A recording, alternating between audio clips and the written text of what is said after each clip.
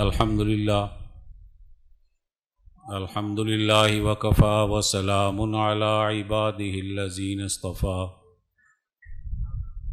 أما بعد فأعوذ بالله من الشيطان الرجيم بسم الله الرحمن الرحيم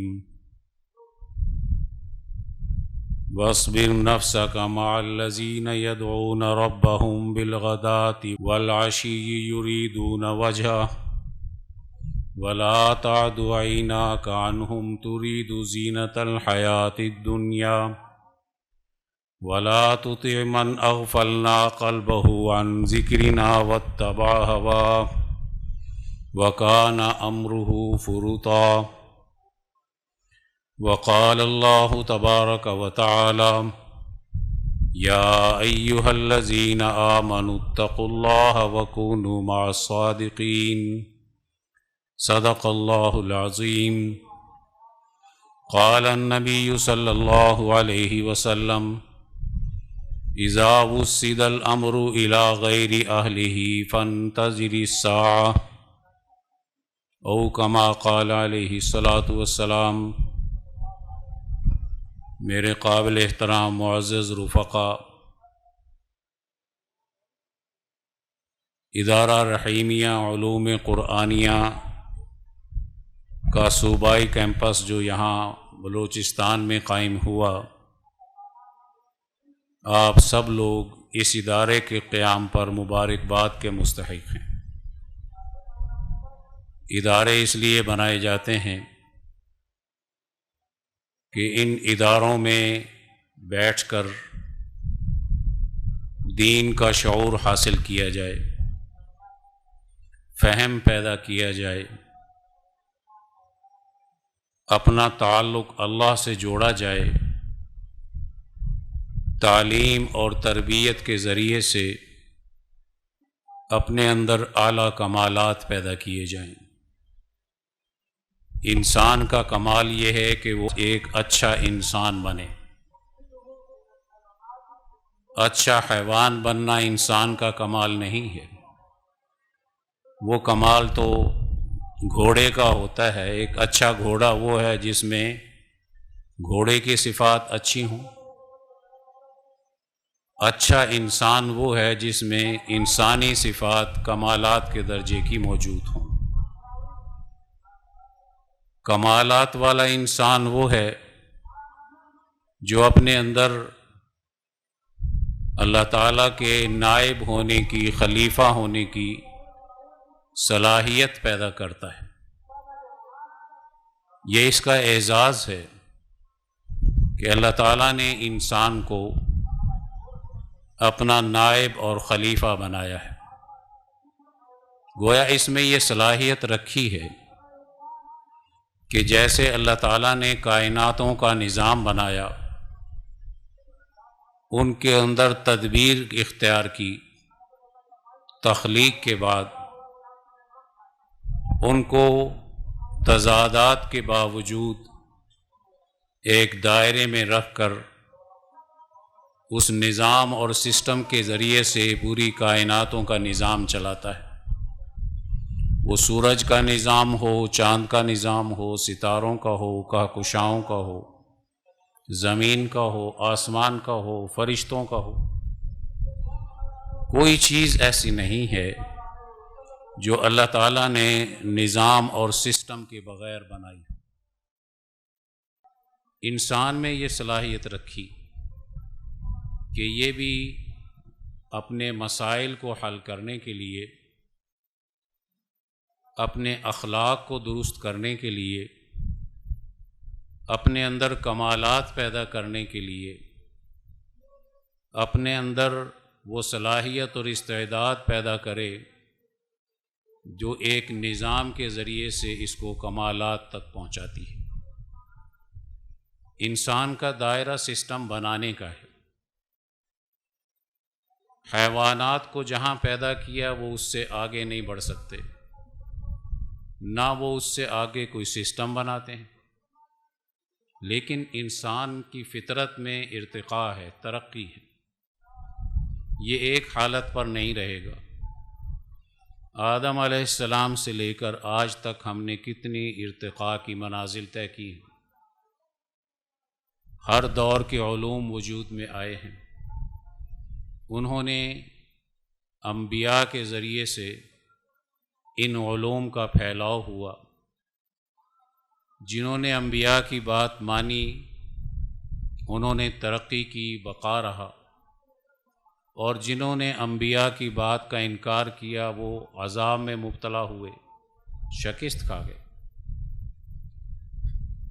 گویا انسان پر مختلف ادوار آئے ہیں اور اس نے درجہ بدرجہ ترقی کی ہے۔ آدم علیہ السلام کا دور ایک خاندانی نظام کی ترقی کا دور ہے، خاندان بڑھ رہے ہیں۔ آدم علیہ السلام سری لنکا سے لے کر مختلف علاقوں میں ہوتے ہوئے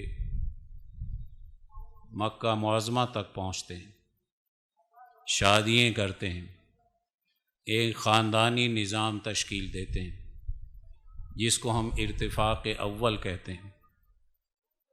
ادریس علیہ السلام کے دور میں علوم نئے آتے ہیں، علم نجوم آتا ہے، علم ریاضی آتا ہے، علم ہیئت آتا ہے۔ گویا ادریس علیہ السلام کے دور میں نئے نئے علوم اللہ تعالیٰ نے نازل کیے۔ پھر نوح علیہ السلام کا دور آتا ہے جس میں کشمکش حیات آگے بڑھتی ہے، ملا اور مترف پیدا ہوتے ہیں، سردار اور مالدار،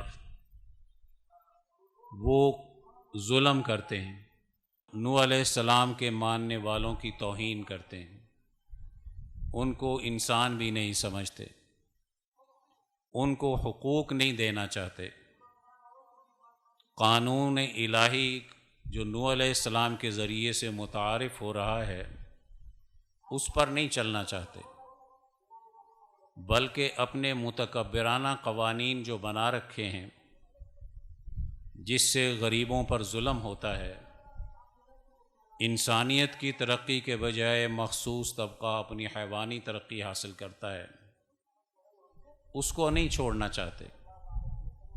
گویا انہوں نے ایک متکبرانہ تمدن کو وجود دیا اور نوح علیہ السلام کے ماننے والوں کی توہین کی، عذاب میں مبتلا ہو جاتے ہیں۔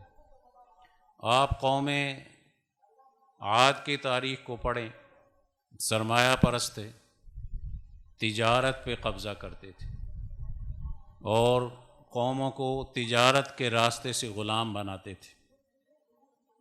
بڑے بڑے پہاڑوں میں محلات بناتے تھے اور محلات بنا کر غریبوں، یتیموں، مسکینوں پر ٹیکسز لگاتے تھے، ظلم کرتے تھے۔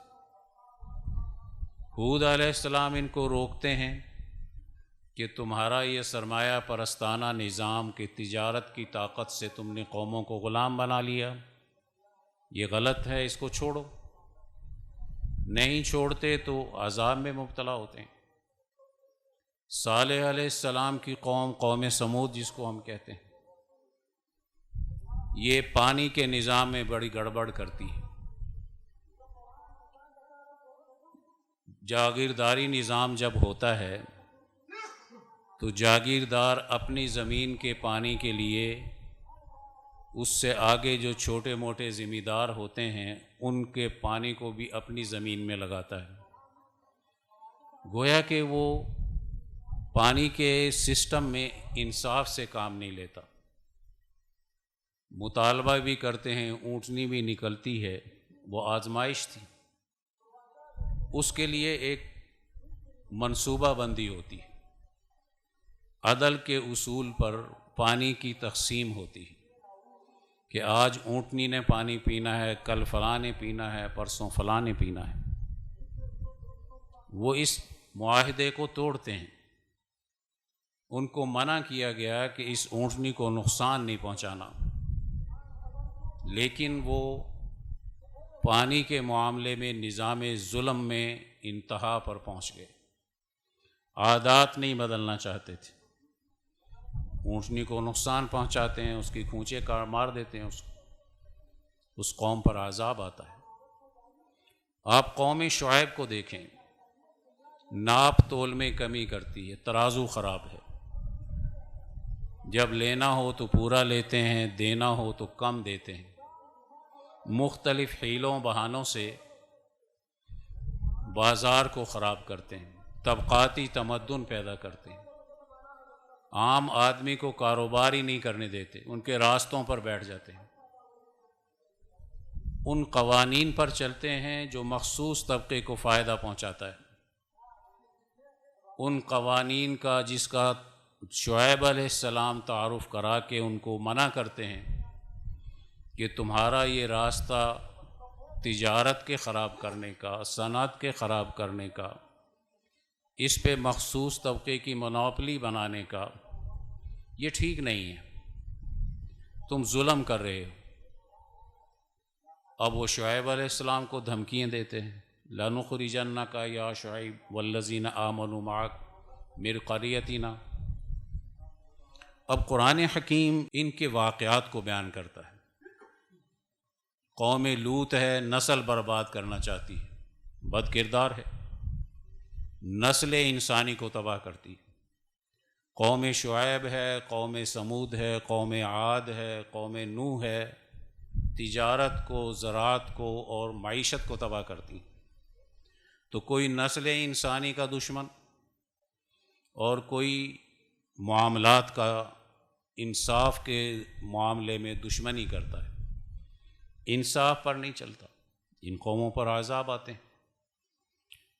ابراہیم علیہ السلام سے نیا دور شروع ہوتا ہے، ارتقاء کی منزل انسانیت طے کرتی ہے، عقل و شعور بڑھتا ہے۔ ابراہیم علیہ السلام سے پہلے عقل و شعور سورج، چاند، ستاروں کی پوجا کی طرف تھا یا بت پرستی کی طرف تھا۔ ابراہیم علیہ السلام نے آ کر کہا کہ یہ سورج، چاند، ستاروں کے اوپر نظام ہے، یہ اس کے تابع ہیں، یہ اصل نہیں ہے، اصل تو اللہ تعالیٰ کی تجلیات ہیں، تم اس کے ساتھ تعلق قائم کرو، تم ان کو خدا بناؤ گے تو تمہاری ترقی محدود ہو جائے گی، جیسے بتوں کے خدا بنانے سے ترقی محدود ہے، ایسے ہی ان کے بنانے سے ہوگی۔ آگے اپروچ انسانی عقل و شعور کی، ذہن کی بڑھ گئی ہے، یہاں سے ابتدا ہوتی ہے دین حنیف کی۔ دین حنیف کے ذریعے سے انسان کی عقل و شعور کو اپروچ کر کے حق اور باطل کی پہچان بتائی جاتی ہے۔ اس کے بڑے شاہکار موسیٰ علیہ السلام ہیں، جو اپنی قوم کو ذلت سے نکالنا چاہتے ہیں، غلامی سے نکالنا چاہتے ہیں، ان کے اندر خوبیاں پیدا کرنا چاہتے ہیں، ان میں کمالات پیدا کرنا چاہتے ہیں، انسانی کمالات پیدا کرنا چاہتے ہیں۔ جو فضیلت ان کو ملی ہے اس فضیلت کا پورا تعارف کراتے ہیں کہ تم بنی اسرائیل انبیاء کی اولاد ہو، تمہیں اللہ نے بڑی فضیلت دی ہے تمام اقوام پر، وَأَنِّي فَضَّلْتُكُمْ عَلَى الْعَالَمِينَ۔ اس لیے ان سے نکلو، آزادی حاصل کرو، تمہاری تعداد بہت ہے، 5-6 لاکھ ہو تم، پھر غلام ہو گئے، تمہیں اپنی طاقت کا اندازہ نہیں۔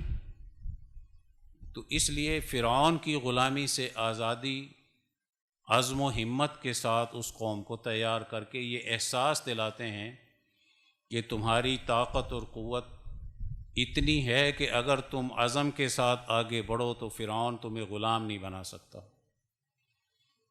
آج پاکستان کی قوم کی تعداد 24 کروڑ سے اوپر چلی گئی۔ اس کو اپنی طاقت کا اندازہ ہے؟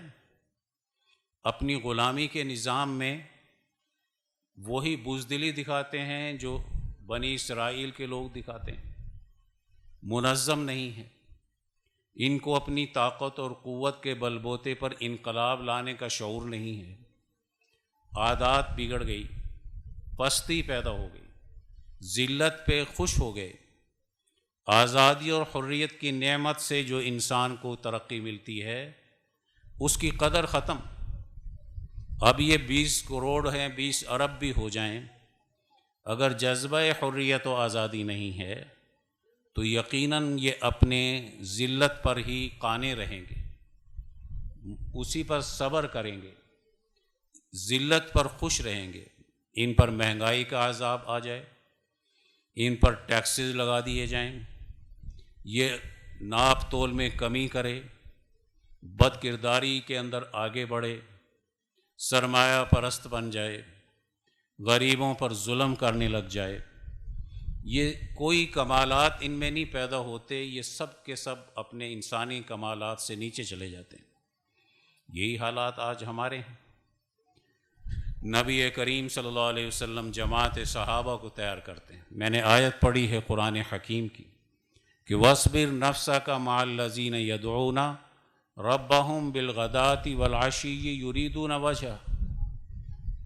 اللہ تعالیٰ نبی کریم صلی اللہ علیہ وسلم کو اور آپ کے ذریعے سے ہر اس شخص کو جو تربیت کرتا ہے، وہ شیخ ہو، وہ استاذ ہو، وہ سیاستدان ہو، وہ رہنما ہو، اس کے ماتحت جتنے لوگ ہیں، قرآن حکیم نبی کریم صلی اللہ علیہ وسلم اور پھر آپ کے ذریعے سے یہ سمجھا رہا ہے کہ جو تم سے دین سیکھنا چاہتے ہیں، قوموں کی ترقی کا نظام سیکھنا چاہتے ہیں، اللہ تعالیٰ کی عبادت کا طریقہ سیکھنا چاہتے ہیں، اس کے ذریعے سے اپنے اخلاق کے کمالات پیدا کرنا چاہتے ہیں، اپنے اعمال کے کمالات پیدا کرنا چاہتے ہیں، اس کے ذریعے سے اپنے انسانیت کے اوصاف پیدا کرنا چاہتے ہیں، اور صرف اس لیے چاہتے ہیں کہ یہ کمالات پیدا ہوں ہم میں، اس کے ذریعے سے ہم دنیا میں کوئی اچھا کردار ادا کریں، ہم دنیا کے مسائل کو حل کریں، ان غریبوں، یتیموں، مسکینوں کو غربت سے نکالیں، مسکینیت سے نکالیں، یتیمیت سے نکالیں، ہم اللہ کی مخلوق کی خدمت کریں۔ اللہ کو راضی کرنا اللہ کی مخلوق کی خدمت کے ذریعے سے ہو۔ اس لیے کہا یریدون وجہ، یہ جو کچھ آپ سے سیکھنا چاہتے ہیں اس نیت سے سیکھنا چاہتے ہیں کہ اس سے اللہ راضی ہو جائے، اس کی رضا کے لیے یہ صبح و شام آپ کے پاس موجود ہیں۔ نبی کریم صلی اللہ علیہ وسلم، ابو جہل، ابو لہب، یہ سرداران قریش کہتے تھے ہم آپ کے پاس اس وقت آئیں گے جب آپ غریب صحابہ کو اپنے پاس سے اٹھائیں، اکیلے ٹائم دیں ہمیں، ہم آپ سے اکیلے بیٹھ کر بات چیت کریں گے اور آپ سے سنیں گے۔ ان آیات کے ذریعے سے آپ کو پابند کیا کہ ان کی ذہنیت بڑی خراب ہے۔ جو آج یہ کہہ رہا ہے کہ غریب صحابہ کو اپنے پاس سے اٹھاؤ، ہمارا سٹیٹس سرداروں کا ہے، چودھریوں کا ہے، متکبروں کا ہے، اگر اس نے اسی ذہنیت سے دین کا کلمہ پڑھ لیا تو یہ دین میں آ کے بھی طبقات پیدا کریں گے، غریبوں کو کبھی بھی حقوق نہیں دیں گے، ان کی تو ذہنیت ہی فاسد ہے۔ امام انقلاب مولانا عبید اللہ سندھی رحمۃ اللہ علیہ فرماتے ہیں ایک سرمایہ پرست ذہن کو پہلے دین کی دعوت نہیں دی جاتی، پہلے سرمایہ پرستی اس کی ختم کی جاتی ہے۔ اگر وہ اسی سرمایہ پرستانہ ذہنیت میں دین میں داخل ہو گیا تو اس نے دین کو بھی اپنی سرمایہ پرستی کے لیے استعمال کرنا ہے۔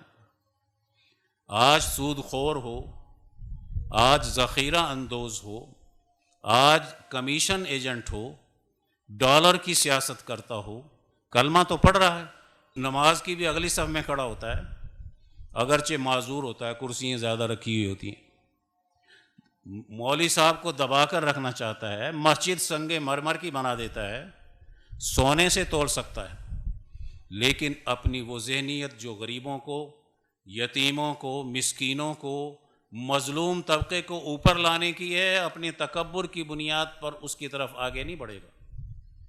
ذہنیت فاسد ہے۔ اس ذہنیت سے جو کلمہ پڑھے گا تو یقیناً اس نے اپنی اسی ذہنیت کو کس میں منتقل کرنا ہے؟ اپنے قوم میں، اپنے مذہب میں منتقل کرنا ہے۔ اس لیے آپ کو منع کیا کہ آپ نے ان کے ساتھ علیحدگی سے بیٹھ کر بات نہیں کرنی، ان کا ذہن خراب ہے۔ آپ نے اپنا رات دن صبح و شام اس جماعت صحابہ کی تربیت میں گزارنا ہے جو آپ سے کچھ سیکھنا چاہتے ہیں۔ دین سیکھنا چاہتے ہیں، تزکیہ کرانا چاہتے ہیں، حکمت سیکھنا چاہتے ہیں، تعلیم یافتہ بننا چاہتے ہیں، قانون سازی چاہتے ہیں، اس قانون سیکھنے والی جماعت کو قانون شریعت سکھاؤ۔ اس تزکیہ حاصل کرنے والی جماعت جو تزکیہ چاہتی ہے، اس کا تزکیہ کرو، اس کا حسد نکالو، بغض نکالو، تکبر نکالو، لالچ نکالو، حرص اور طمع اس میں سے نکالو، اس کی کوالٹی اعلیٰ بناؤ، اس میں طہارت پیدا کرو، سماحت پیدا کرو، اس میں اخبات پیدا کرو، عدالت پیدا کرو اور اس کے درجہ کمال تک پہنچاؤ۔ مرعوبیت سے نکالو اس جماعت کو۔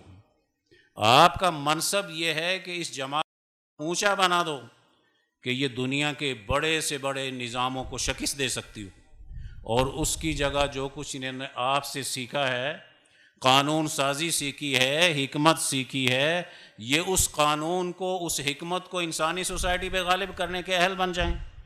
اس لیے آپ نے اپنا رات دن ان کی صحبت میں گزارنا ہے۔ یریدون وجہہ ولا تعد عیناک عنہم ترید زینت الحیات الدنیا۔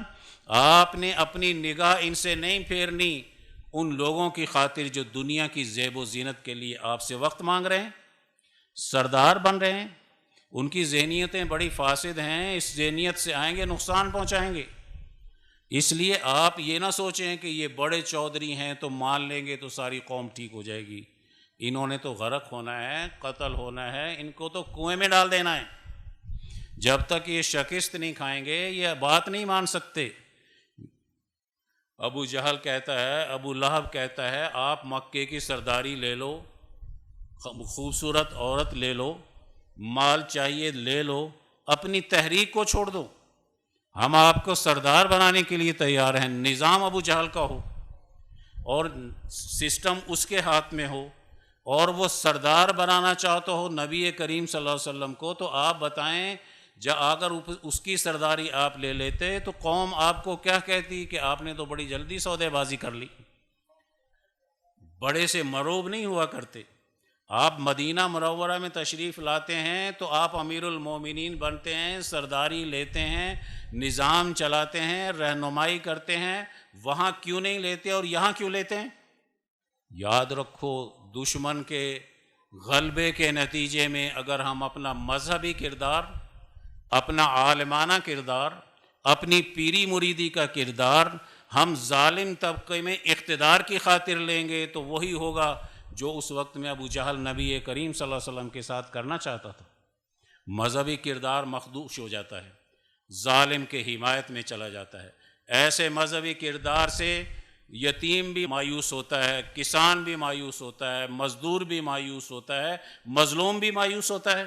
نظام ظلم میں اکثریت مزدوروں کی ہوتی ہے، نظام ظلم میں اکثریت کسانوں غریبوں کی ہوتی ہے، نظام ظلم میں اکثریت مسکینوں کی ہوتی ہے، مظلوموں کی ہوتی ہے۔ پھر اقتدار کے مزے کیسے لیے جا سکتے ہیں؟ اس لیے اقتدار کے مزے نہیں لینے، تم نے مقابلہ کرنا ہے ان کا۔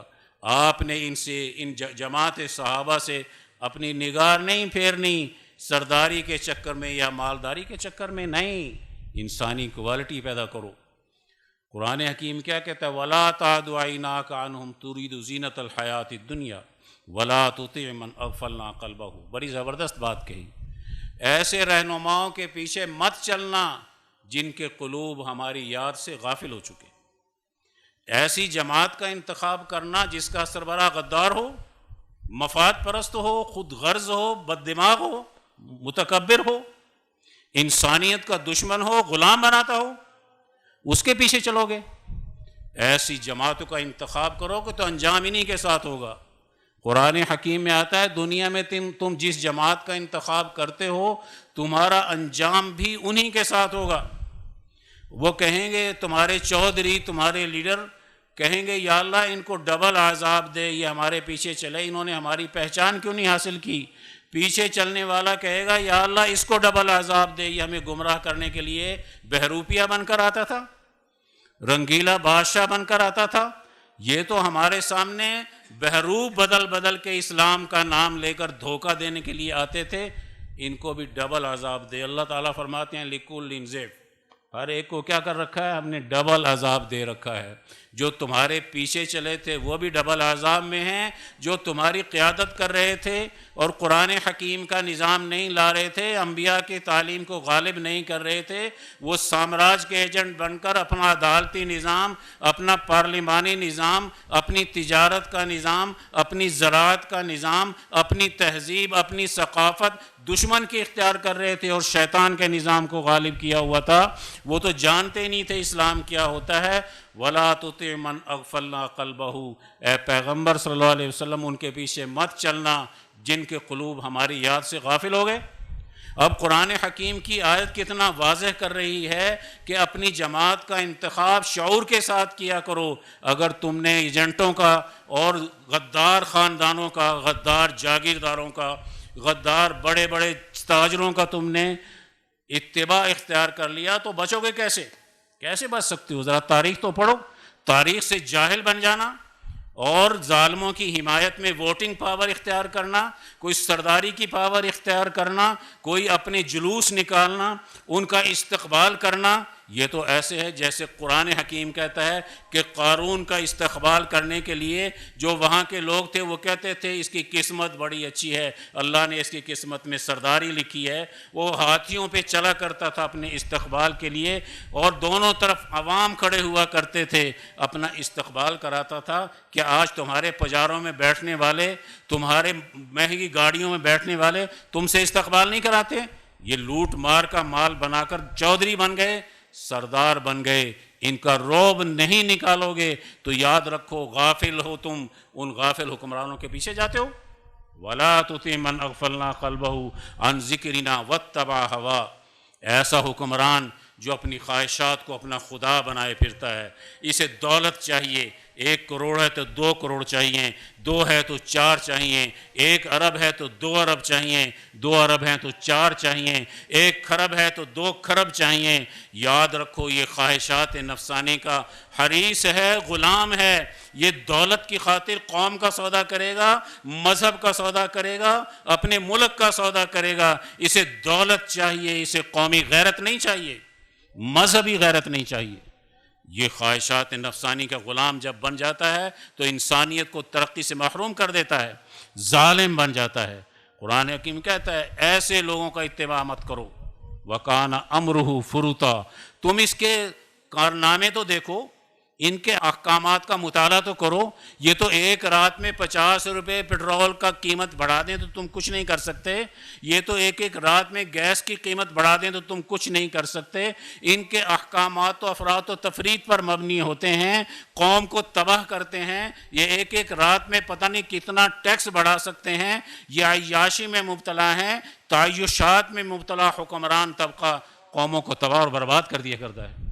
ان کے احکامات عدل و انصاف پر نہیں ہوتے، اعتدال پر نہیں ہوتے، قوموں کو تباہی کے فیصلے کر کے اس کے اوپر عذاب مسلط کر دیتے ہیں۔ اس کی محنت سے کمائی ہوئی دولت کو ناجائز طریقوں سے ٹیکسز کے راستے سے ہتھیا لیتے ہیں۔ شاہ صاحب فرماتے ہیں کسی ظالم نظام کا مطالعہ کرنا ہو تو اس بات کو دیکھا کرو کہ اس نے ٹیکسز کا نظام قوم کے اوپر کیسا مسلط کیا ہے۔ اگر قوم کی کمائی ٹیکسز کے راستے سے، بجلی کے بل کے راستے سے، گیسز کے بل کے راستے سے زیادہ مہنگائی کر کے 80%، 90% لوگوں کو جو 18-20 گھنٹے بھی کام کریں تو بچوں کا پیٹ نہ پال سکتے ہوں، ان کے گھروں کے نظام کو تباہ و برباد کر دیتے ہوں، ایک حکم کے ذریعے سے تم ان کے پیچھے کیسے چلو گے؟ وَكَانَ أَمْرُهُ فُرُطًا۔ تو قرآن حکیم کی یہ آیت مبارکہ ہمیں زندگی کے اندر یہ سکھانا چاہتی ہے کہ یاد رکھو جو تم سے دین سیکھتا ہے، تم سے دین کا قانون سیکھتا ہے، دین کی سیاست سیکھتا ہے، دین کی معیشت سیکھتا ہے، دین کا عدالتی نظام سیکھتا ہے، دین کا غلبے کا نظام سیکھتا ہے، تمہیں رات دن اپنا ان کے ساتھ گزارنا چاہیے۔ ان کو ماحول دو، ان کی تربیت کرو، ان کے تعلیم کے زیور سے آراستہ کرو۔ یہی جماعت صحابہ ہے جو آپ کے زیر تربیت رہ کر جب دنیا میں غالب آتی ہے تو پہلے مدینے کی ریاست کو اچھا چلاتی ہے، پھر حجاز کے نظام کو اچھا چلاتی ہے، پھر بین الاقوامی سطح پر قیصر و کسریٰ کے نظاموں کو شکست دے کر دنیا کی بھوک مٹاتی ہے، آزادی کا تحفظ کرتی ہے، قانون الہی کو سوسائٹی پہ غالب کرتی ہے، بے حیائی کے نظاموں کی تہذیب کو توڑ دیتی ہے، اور آزادی اور حریت کی بنیاد پر مذہبوں کو آزادی اور حقوق دیتی ہے۔ یہ وہیں کی تربیت یافتہ جماعت ہے جو نبی کریم صلی اللہ علیہ وسلم نے قائم کی۔ شاہ ولی اللہ صاحب فرماتے ہیں آج اگر تم یہ چاہتے ہو کہ اپنے افتراق کو ختم کرو، اپنے زوال کو ختم کرو، اپنی غلامی کو ختم کرو، اپنے اندر اعلیٰ صلاحیتیں پیدا کرو، تو دور اول دور صحابہ کی طرف لوٹ جاؤ، تم خلفائے راشدین کی دور کی طرف لوٹ جاؤ، اس کا مطالعہ کرو، انہوں نے دنیا میں بھوک کیسے مٹائی تھی، سیاست میں آزادی کیسے دلائی تھی، مذہبی حقوق کیسے عطا کیے تھے۔ آج تم اس کی طرف بڑھو، اس کا مطالعہ کر کے آج کے دور کے مسائل کے حل کرو گے تو تم کامیابی کے راستے پر چلتے ہو۔ وہ کامیاب جماعت تھی، وہ پیغمبر کی صحبت یافتہ جماعت تھی، اس نے دنیا میں جو دین غالب کیا وہ 1100 سال تک اپنا قانون بھی منواتا ہے، اپنی سیاست بھی منواتا ہے، اپنی معیشت بھی منواتا ہے، ترقی کے راستے بھی کھول دیتا ہے، فرعونوں کو شکست بھی دے دیتا ہے، ایشیا، افریقہ اور یورپ میں دین کو غالب کر دیتا ہے، تمام مذاہب کو مطمئن کر دیتا ہے۔ اس غلبے کے دور کو سامنے رکھ کر آج تم اپنی ٹریننگ حاصل کرو، تربیت حاصل کرو۔ اس طریقے سے جب آج ہم دین کو سیکھیں گے یقیناً ہم دنیا کے اندر بھی کامیابی کے راستے پر چل سکتے ہیں، اور اللہ تعالیٰ اسی کے برکت سے دیکھو ایک عورت ہے جس کا کردار صحیح نہیں، وہ کتے کو پانی پلا دیتی ہے، پیاسا کتا ہے، تو کیا کہا اللہ تعالیٰ اس کو جنت عطا کرتے ہیں کہ اس نے میری مخلوق کو پانی پلا دیا۔ انسانوں کی وہ جماعت جو انسانیت کی بھوک مٹاتی ہو، انسانیت کی پیاس مٹاتی ہو، انسانیت کو علاج دیتی ہو، انسانیت کے مسائل حل کرتی ہو، اس کے مرتبے کو کوئی دنیا میں پہنچ سکتا ہے؟ تو اللہ تعالیٰ کے لیے انسانیت کی خدمت کرنا یہ انسان کے دنیا میں بھی عزت اور وقار میں اضافہ کرتا ہے۔ آج ہم صحابہ کی عزت کرتے ہیں، ائمہ کی عزت کرتے ہیں، علماء ربانی کی عزت کرتے ہیں، ان کو تو اس دنیا سے گئے ہوئے ہزاروں سال ہو گئے، پھر کوئی عزت کر رہے ہیں؟ اللہ نے دنیا کی عزت بھی دی اور آخرت کی جنت بھی اس کو عطا کرتا ہے۔ اللہ تعالی ہمیں قرآن حکیم کی تعلیم کی روشنی میں، نبی کریم صلی اللہ علیہ وسلم کے اسوہ حسنہ کی روشنی میں، اور حضرات خلفائے راشدین کے دیے ہوئے سسٹم کی روشنی میں دنیا اور آخرت میں کام کرنے کی توفیق عطا فرمائے اور کامیابی نصیب فرمائے۔ وآخر دعوانا ان الحمدللہ رب العالمین۔